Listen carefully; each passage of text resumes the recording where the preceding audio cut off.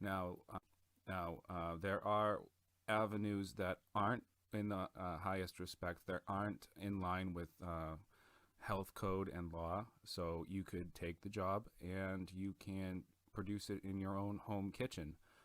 But if your kitchen is not certified for commercial use in your home, then you're breaking the law and you're doing a disservice to your catering clients. So, what are your other options other than doing something illegal?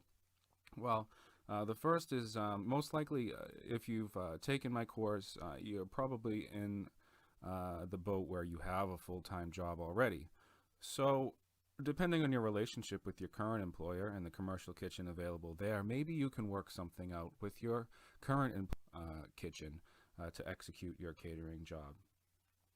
The other option you have to getting some commercial kitchen space to produce the catering is to reach out to your friends in the industry and see if they can help you out. It's a very small world in our hospitality industry. You all know this, and maybe something can be worked out with you to prep and produce and cold storage the food.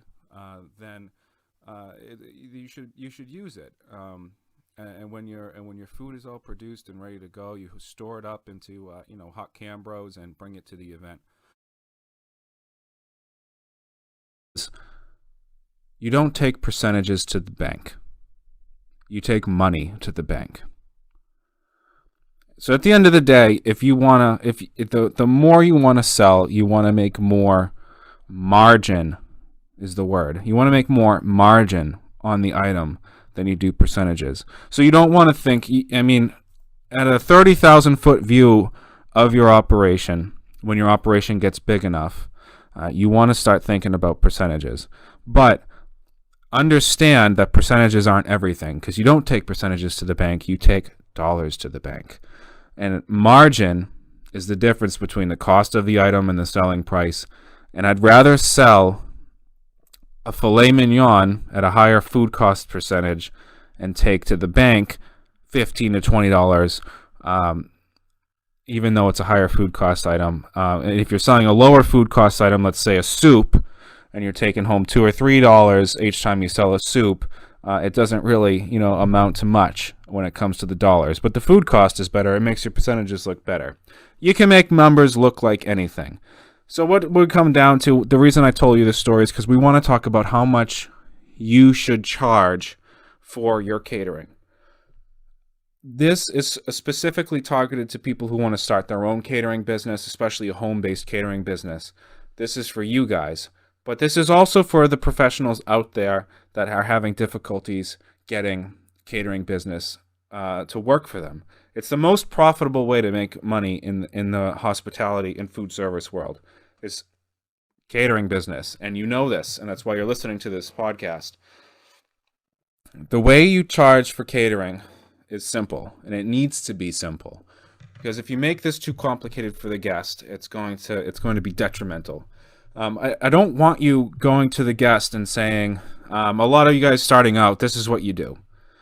You you research the pricing for the event and how much all the food's going to cost and the paper goods and all that. And you take that number and you show it to the customer and say, here, this stuff is going to cost you, $250 for all the food and paper supplies. So that's how much that's going to cost. You pay for that, and I'm going to add $200 on top of that you're going to give to me, and that'll be the cost of the event.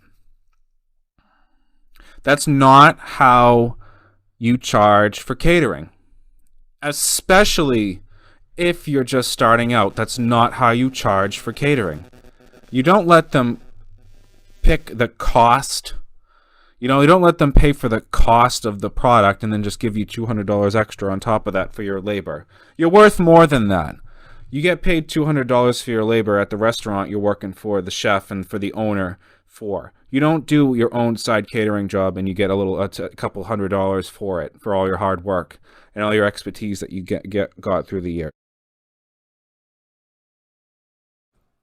I don't want you to overthink it. I don't want you to think of yourself as someone who needs to talk over somebody or always have the right answer. This is sort of what we think about when we're thinking about sales. as a skill is that we need to talk over the client. We need to know everything, and we need to get them to close the deal, and suck out as much money as we can from them. That's not true. What sales really is understanding what your service is, and then really getting an idea of what your client's desired result is. So your client is in a situation here where they've reached a point in their life where there's something special happening, especially when it comes to our niche, which is catering. There's something special in their life that's happening, and in the current situation now, they're not able to do something. They're not able to solve a problem, which is feed a bunch of people, and they're coming to you for that reason. So they have this expected, desired situation that they want to fulfill. They have this idea of how this whole thing's going to turn out, and the reason why they're hiring you is to fulfill that need.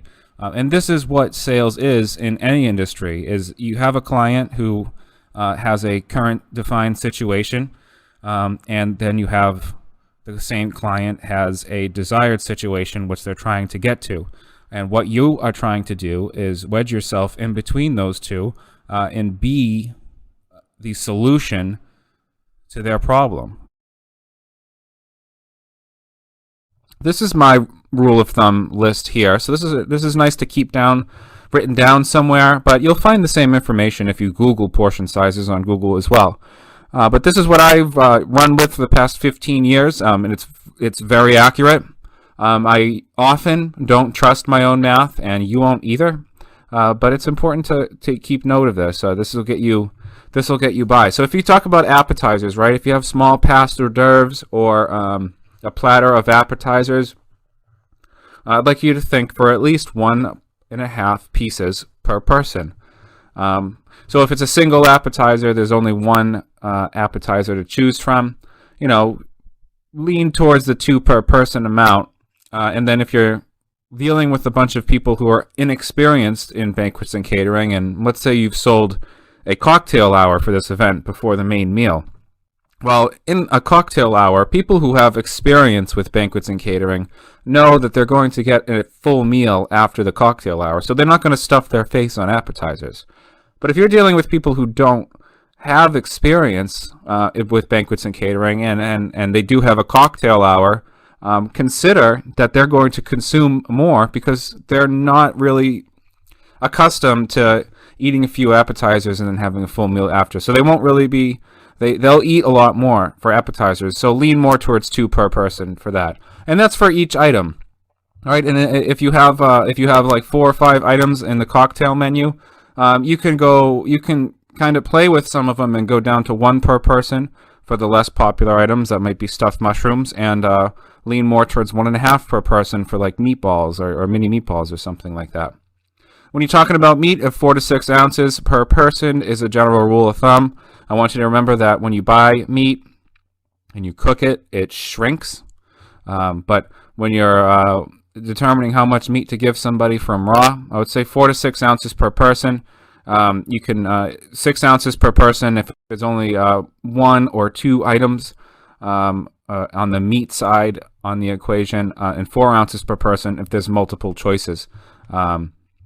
Vegetables and starches, 2 to 4 ounces per person. Just lean towards 2. If it's mashed potatoes, probably more like 4 ounces per person. But like, asparagus or grilled vegetables, lean towards 2 ounces per person. With salad and greens, 1 to 2 ounces per person. Don't get crazy there. You can also consider 1 to 2 ounces per person with dressing as well. You don't need much dressing, and when you're really controlling the portions of these events with the plates that you're providing with them.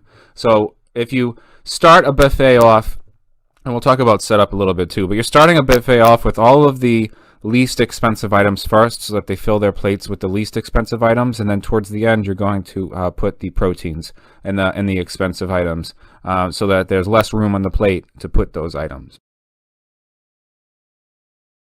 Business. I don't teach you to find an existing business and have a bank finance the transaction. What I do teach is that you can start your catering business with nearly no money down, and you can just get your feet wet and get your first client and start your business. You don't need to have a website. You don't need to have a brand. All you need is yourself, your skills, your resume, your ServSafe certification, and a way to find potential catering clients and be able to sell them on your services and actually perform your first catering job. And that's what I do teach. I teach you my 5-step system for finding your first high-paying catering client. There's no money at risk. There's no financing. You're basically using deposit money from your potential client to pay for equipment, to pay for food.